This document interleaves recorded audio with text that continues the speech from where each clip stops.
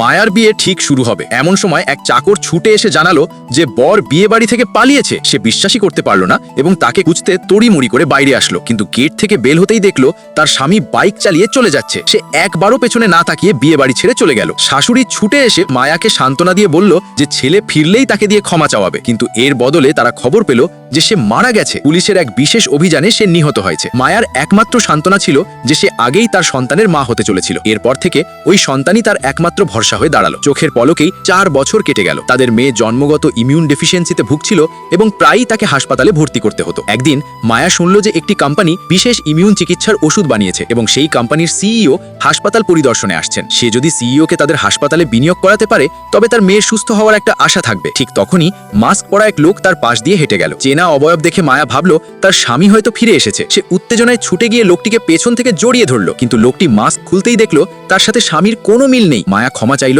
এবং জানালো যে সে ভুল করে অন্য কাউকে ভেবেছিল। তার কথা শেষ হওয়ার আগেই লোকটি ঘুরে লিফটে উঠে পড়ল। পরে হাসপাতালের ডিরেক্টর মায়াকে তার অফিসে ডাকলেন, কিন্তু সেখানে গিয়ে সে দেখলো ওই একই লোক বসে আছে। জানা গেল এই লোকই সেই কোম্পানির সিইও। ডিরেক্টর তাকে লোকটিকে হাসপাতাল ঘুরিয়ে দেখাতে এবং বিনিয়োগের বিষয়ে কথা বলতে বললেন। মায়া ভেবেছিল কাজটা খুব কঠিন হবে, কিন্তু হাসপাতালের সুবিধাগুলো তুলে ধরার আগেই লোকটি বিনিয়োগের প্রস্তাব দিল। মায়া কিছু বুঝে ওঠার আগেই তার মেয়ে ওয়ার্ড থেকে ছুটে আসলো। ছোট্ট মেয়েটি জানালো সে তার দাদুকে মিস করছে এবং তাকে কল করতে যায়। মায়ের ফোন ঘাটতে গিয়ে সে ভুল করে তার বাবার নম্বরে ডায়াল করে বসলো। কাকতালীয়ভাবে লোকটির ফোনও হঠাৎ বেজে উঠল। মায়া নার্ভাস হয়ে দেখলো সে কল ধরছে, কিন্তু সে যেমনটা ভেবেছিল তেমন কিছুই হলো না। লোকটি কাজের একটা কল ধরে ঘুরে অন্যদিকে হেঁটে চলে গেল। তার স্বামীর ফোনটা তখনও কেউ ধরল না। সে ঘুণাক্ষরেও টের পেল না যে এই লোকটাই আসলে তার স্বামী। 4 বছর আগে এক মিশনে অপরাধীদের হামলায় লোকটির চেহারা বিকৃত হয়ে গিয়েছিল। অপরাধীরা তাকে খুঁজে বের করবে এই ভয়ে তার ঊর্ধ্বতন কর্মকর্তারা তাকে 2টি উপায় দিলেন। প্রথমটি হলো পরিবার নিয়ে আত্মগোপন করা এবং নতুন পরিচয় বাঁচা। দ্বিতীয়টি হলো মৃত্যুর নাটক সাজিয়ে প্লাস্টিক সার্জারি করা। আন্ডারকভার এজেন্ট হিসেবে অপরাধী চক্রে ঢুকে